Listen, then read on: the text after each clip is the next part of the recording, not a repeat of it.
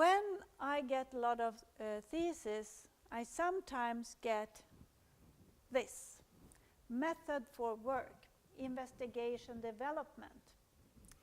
And people ask, okay, should this method for work be in the method in the introduction or in the chapter 3, which is also method chapter? What I then say, here you can mention it, you can introduce it here. So you can introduce what you used for the investigation development, how you collected data for what you're doing, and which method you used, like interviews, observation, questionnaires, sensors, data storage, or others. But just mention it here. Don't forget references, please.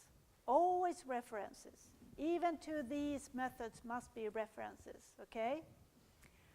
But I prefer to read these parts in the thesis, because that's where they belong. Because the methods here is for the thesis. The methods in the thesis is for your work. You see the difference? The methods in the beginning, qualitative, quantitative, inductive, deductive, abductive, is for the thesis. But for the investigation development or data collection is for the work. And then you might think, okay, I'm not using any data collection methods, I don't need it. Well, how do you reach your requirements, I wonder? Probably through interviews. You talk to the company, informal or formal, but you're interviewing them to get requirements. So those kind of data collection methods you will use. Interviews, questionnaires, maybe case study. You are doing a case for them to work with, so you can get requirements. You may observe them when they do something. You give them a task to work with, and you observe what they are doing. So that's a data collection method too. Maybe you're doing a prototype using sensors. How do you collect data from the sensors? Where do you find them? If you're collecting signals, how do you get them? Where do you get them? Where did you find the sensors? If you're listening to somebody at a cafe somewhere, what you shouldn't probably do, but you do that just because you want to study something, that's also a way of data collection. You are sitting outside and listen to the traffic. I don't say that you should, I just said you may, okay? It depends on what you're going to do. So think about that, try to separate the methods so you know where to write where, what to write where. So in the beginning is for the whole thesis, in the middle of the thesis is for the work. When we talk about development methods, we talk about methods you use when you start with your project, because finding requirements, that's a part of your work. So then you have started already. The question is, what did you use? Commonly I hear agile. I used agile. You heard about that, I guess? Are everybody using agile here? Many? No, not all of you. Okay. Agile is one method. Then you need to check what other methods could you have used. So in the method part, you write theory about all the methods. Choose one, agile, and then tell how you applied it. So that's in the theory part when it comes to development of something. Then you have requirements. That's an initial study. You need to study something. You need to get requirements. Then you need to design. I hope you design something before starting to get code into the computer system. Or I hope you do that, because it's very, very important, especially when you do something for the company, that you create a design so you can show the company and say, okay, this is how I think about it. What do you think? That design should also be in the thesis. Then comes the code. That part you should not have in the thesis. Because you might have code like 20 pages long, and the reader won't understand a squat. Really.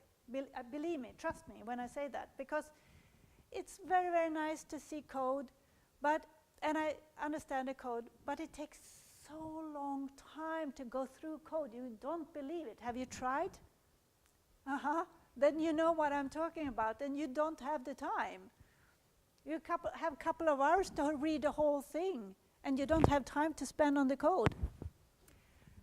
Should you take all the code away? No. I usually say that the code that you really want to show, this wonderful algorithm, put that in the thesis and describe it.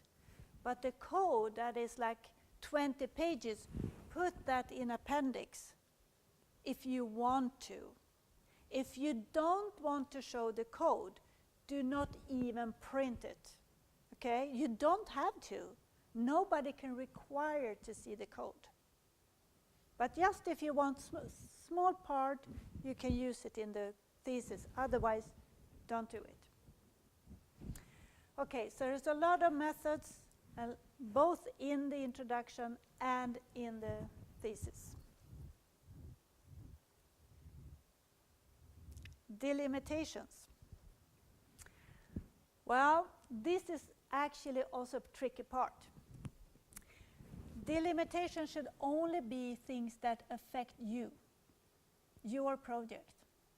Things that does not affect you at all, does not belong in the thesis at all. Skip it. Just take the part that really affects you.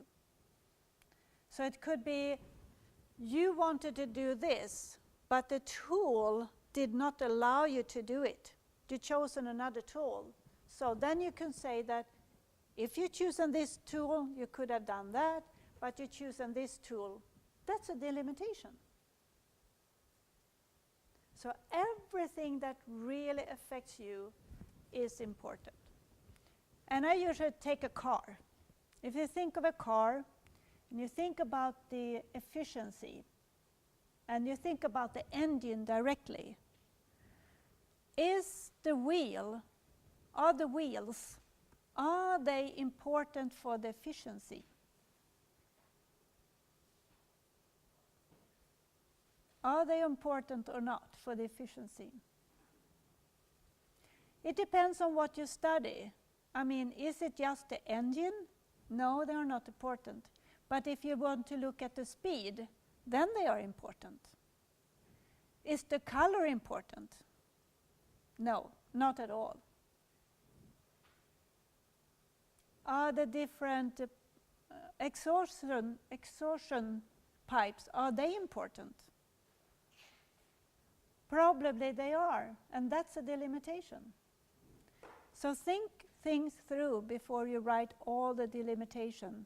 And also think through the problem so you really get them, because that's hard.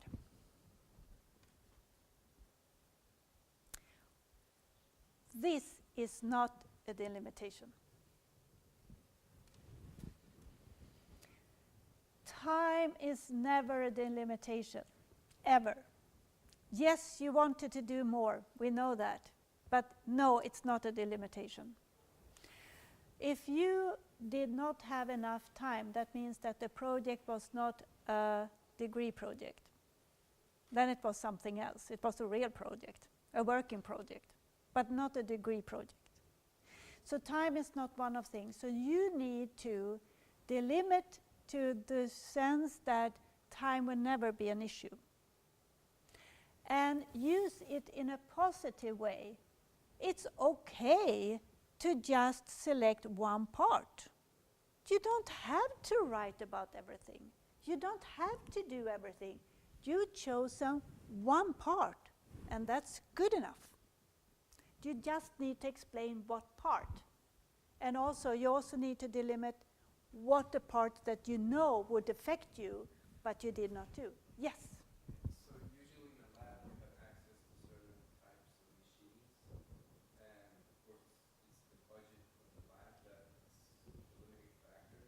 Should I then argue why I use these machines when that's basically all I have to choose from? You mean, should you use the budget as a reason for not using it?